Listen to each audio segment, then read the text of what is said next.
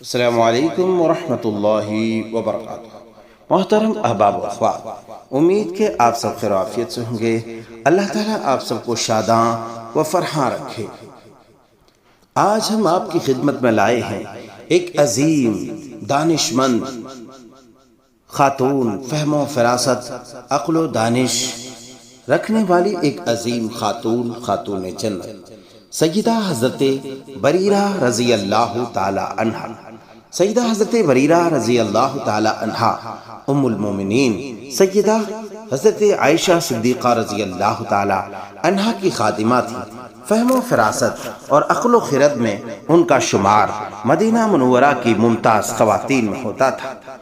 ام المومنین سیدہ عائشہ صدیقہ رضی اللہ عنہا بھی چونکہ انتہائی زیرک اور گہرے فکر و نظر کی مالک تھیں، اس لیے جو لوگ ان کے خدام اور متعلقین کے حلقے میں شامل تھے وہ بھی اسی قسم کی ذہنی رسائی کے حامل تھے، اور ان کا طائر فکر نہایت بلندیوں پر محو پرواز تھا۔ سیدہ حضرت بریرہ رضی اللہ تعالی عنہا اپنے اندر بیک وقت کئی خصوصیات رکھتی تھیں۔ وہ سرور کائنات صلی اللہ علیہ وسلم کی صحابیہ ام المومنین صدیقہ کائنات عائشہ صدیقہ رضی اللہ تعالی عنہا کی خادمہ، جلیل القدر صحابہ اور تابعین کی معلمہ اور فرامین رسالت مآب کی راویہ تھیں۔ ان اوصاف و خصوصیات کے بنا پر انہیں بھی بے حد عزت و احترام کی نظروں سے دیکھا جاتا تھا اور تمام لوگ ان کی قدر کرتے تھے۔ سیدہ حضرت بریرہ رضی اللہ تعالی عنہا کو سیدہ ام المومنین عائشہ صدیقہ رضی اللہ تعالی عنہا کی خادمہ کی حیثیت سے نبی کریم صلی اللہ علیہ وسلم کے گھریلو حالات سے پوری آگاہی حاصل تھی۔ وہ فرماتی ہیں کہ ازواج مطہرات کے ساتھ سید الرسل جناب محمد رسول اللہ صلی اللہ علیہ وسلم کے تعلقات نہایت ہی عمدہ اچھے تھے۔ اپنی صاحبزادیوں سے آپ انتہائی حسن سلوک روا رکھتے تھے، رشتہ داروں اور قرابت داروں سے پوری صلہ رحمی کرتے تھے، محلے اور شہر کے باشندوں سے آپ بہت اچھی طرح پیش آتے تھے اور ان کے کام کاج سر انجام دینے میں مسرت محسوس فرماتے تھے۔ خادموں اور خادماؤں سے گفتگو کرتے اور ہم کلام ہوتے وقت نرمی و رأفت کا برتاؤ فرماتے تھے۔ مہمانوں اور گھر میں آنے جانے والوں کا احترام کرتے تھے۔ غرض وہ نبی کریم صلی اللہ علیہ وسلم اور آپ کے گھر سے پوری طرح باخبر تھی، اور آپ جن جن لوگوں سے جو سلوک فرماتے اس کا علم رکھتی تھی۔ سیدہ حضرت بریرہ رضی اللہ تعالی عنہا راویہ حدیث بھی ہیں، اور نبی کریم صلی اللہ علیہ وسلم کی بعض احادیث ان سے مروی ہیں۔ اس حیثیت سے انہیں یہ بھی معلوم ہے کہ نبی کریم صلی اللہ علیہ وسلم اپنے صحابہ اور اصحاب صفہ کی بڑی تکریم فرماتے تھے۔ ام المومنین سیدہ عائشہ صدیقہ رضی اللہ تعالی عنہا جن خصوصیات کی مالک تھیں اور جو اوصاف ان کی ذات گرامی میں پائے جاتے تھے، ان کی تفصیلات ان کے سامنے بالکل واضح تھی۔ وہ فرماتی ہیں کہ دیگر ازواج مطہرات سے ام المومنین عائشہ صدیقہ رضی اللہ تعالی عنہا کے تعلقات و مراسم بہنوں کے سے تھے، اور وہ سب کے ساتھ حسن سلوک کا مظاہرہ کرتی تھی۔ سیدہ حضرت بریرہ رضی اللہ تعالی عنہا متعدد غزوات میں شریک ہوئیں۔ جس غزوے میں ام المومنین عائشہ صدیقہ رضی اللہ تعالی عنہا نے شرکت فرمائی، انہوں نے بھی اس میں شامل ہونے کی سعادت حاصل کی۔ یہ مجاہدین کو پانی پلانے، ان کے لیے کھانا تیار کرنے، ان کو ہتھیار فراہم کرنے اور زخمیوں کی مرہم پٹی کرنے کی خدمت انجام دیتی تھی۔ تمام لوگوں میں ان کو عزت و احترام کی نظر سے دیکھا جاتا تھا۔ خلفائے راشدین بھی ان کی تکریم کرتے تھے۔ خلیفہ اول امیر المومنین خلیفۃ المسلمین نائب رسول جناب حضرت ابو بکر صدیق رضی اللہ تعالی عنہ ان کے گھر تشریف لے جاتے اور ان کی ضروریات کے بارے میں دریافت فرماتے۔ امیر المومنین خلیفۃ المسلمین خلیفہ صدیق سیدنا حضرت عمر فاروق رضی اللہ تعالی عنہ بھی ان کے مکان پر جاتے۔ دیگر خلفاء کا بھی یہی حال تھا۔ حضرت عمر فاروق رضی اللہ تعالی انہوں کی تو یہ کیفیت تھی کہ انہیں دیکھ کر راستہ چلتے ہوئے رک جاتے اور اس وقت تک قدم نہ اٹھاتے جب تک وہ خود نہ چل پڑتی یا جانے کی اجازت نہ دیتی۔ سبحان اللہ، کس درجہ محبت و احترام اور عزت کا خیال تھا۔ سیدنا حضرت عمر فاروق رضی اللہ تعالی عنہ ایک مرتبہ کہیں تشریف لے جا رہے تھے، ان کے ساتھ کچھ اور لوگ بھی تھے۔ ادھر سے حضرت بریرہ رضی اللہ تعالی عنہ بھی آ رہی تھی۔ انہوں نے ان کو دیکھا تو فرط احترام سے نظریں نیچی کر لیں اور قدم رک گئے، سلام کیا اور کھڑے ہو گئے اور کافی دیر کھڑے رہے۔ ایک شخص نے کہا، امیر المومنین بہت دیر ہو گئی ہے، اب تو چلیے۔ اسے ڈانٹا اور فرمایا، تمہیں معلوم ہے یہ کون ہے؟ سبحان اللہ، یہ نہایت معزز خاتون ہے، میرے نزدیک یہ سب سے زیادہ لائق تعظیم ہے۔ جب تک یہ کھڑی رہیں گی یا مجھے اجازت نہیں دیں گی، میرے قدم حرکت میں نہیں آئیں گے۔ اللہ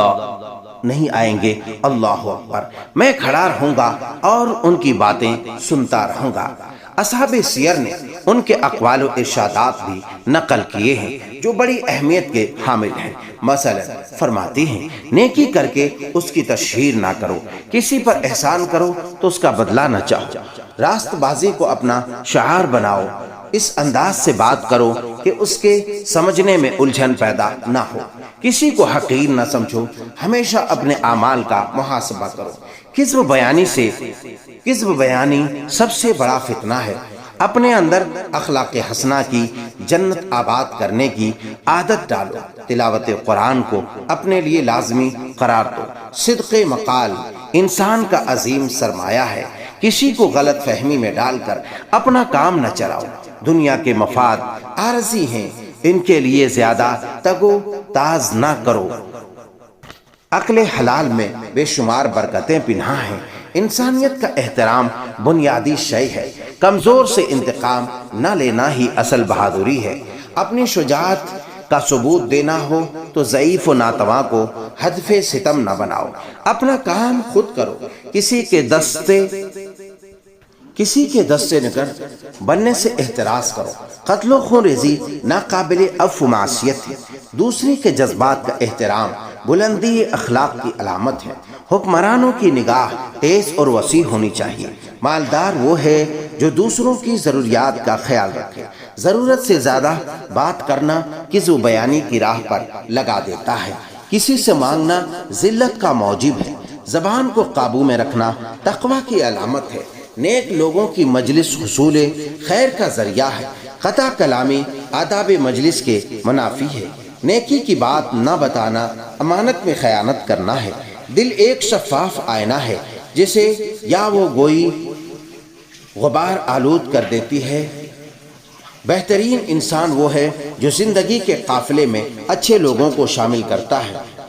حضرت بریرہ رضی اللہ تعالی عنہ کے شاگردوں کا بھی ایک حلقہ تھا جن لوگوں نے ان سے سماع حدیث اور روایت حدیث کا شرف حاصل کیا۔ ان میں عبد الملک بن مروان بھی شامل ہیں جو بعد میں بنو امیہ کے بہت بڑے حکمران ہوئے۔ وہ ایک زوردار حاکم تھے۔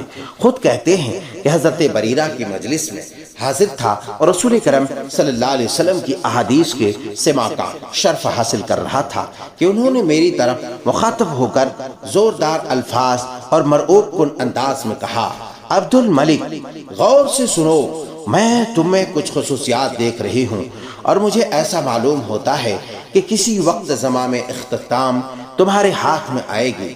اگر